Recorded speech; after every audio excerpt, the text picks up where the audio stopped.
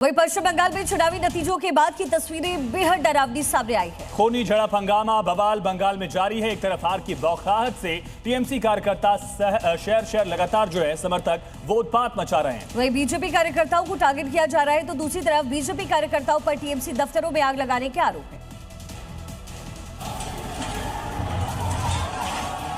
हंगामा, तोड़फोड़, आगजनी, मर्डर और बवाल। पश्चिम बंगाल की पॉलिटिकल पिक्चर आजकल कुछ ऐसी है। जब से सत्ता बदली है, विधानसभा चुनाव के नतीजे आए हैं, तब से राज्य के हालात कुछ ऐसे हो गए हैं। टीएमसी पार्टी के दफ्तर में आग लगा दी गई, कहीं पार्टी ऑफिस में तोड़फोड़ हुई, तो कहीं बीजेपी और टीएमसी कार्यकर्ता आपस में ही भिड़ गए। कोलकाता के न्यू टाउन इलाके में हत्या की वारदात को अंजाम दिया गया। ये तस्वीरें देखिए, बीजेपी का विजय जुलूस निकल रहा था, तभी बीजेपी और टीएमसी कार्यकर्ता आमने सामने आ गए। दोनों गुटों के बीच जमकर बहस हुई।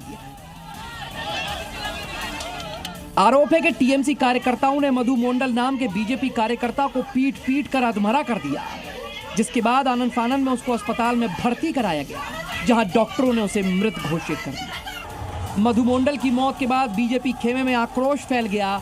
आरोपियों के घर पर हमला बोल दिया गया, सड़क जाम कर दी गई। हालात पर काबू पाने के लिए केंद्रीय बलों की तैनाती करनी पड़ी। बंगाल में राजनीतिक हत्या का इतिहास रहा है। वोटिंग से पहले भी पश्चिम बंगाल में बवाल हुआ, वोटिंग के दिन भी, और अब नतीजों के बाद भी तस्वीरें आपके सामने हैं।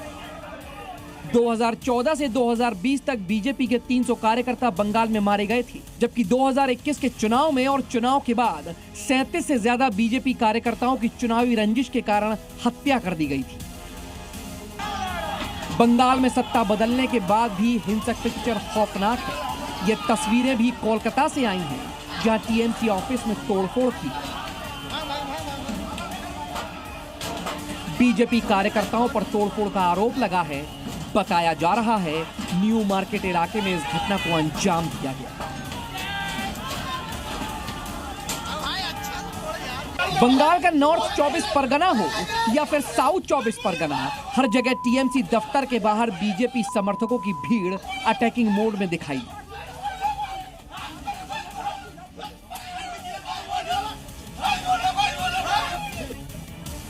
इतना ही नहीं, बंगाल में सत्ता बदलने के बाद नाम भी बदला जा रहा है।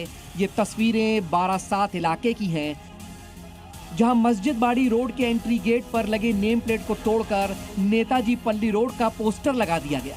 सिर्फ मस्जिद बाड़ी रोड ही नहीं, बल्कि सिराज उद्यान के गेट पर भी बीजेपी कार्यकर्ताओं ने नाम बदलकर शिवाजी उद्यान रख दिया। इस पार्क का नाम बंगाल के आखिरी नवाब सिराज उद्दौला के नाम पर रखा गया था। पश्चिम बंगाल में सरकार बदल रही है, लेकिन इस तरह की हिंसा और गुंडागर्दी लोकतंत्र के लिए ठीक नहीं।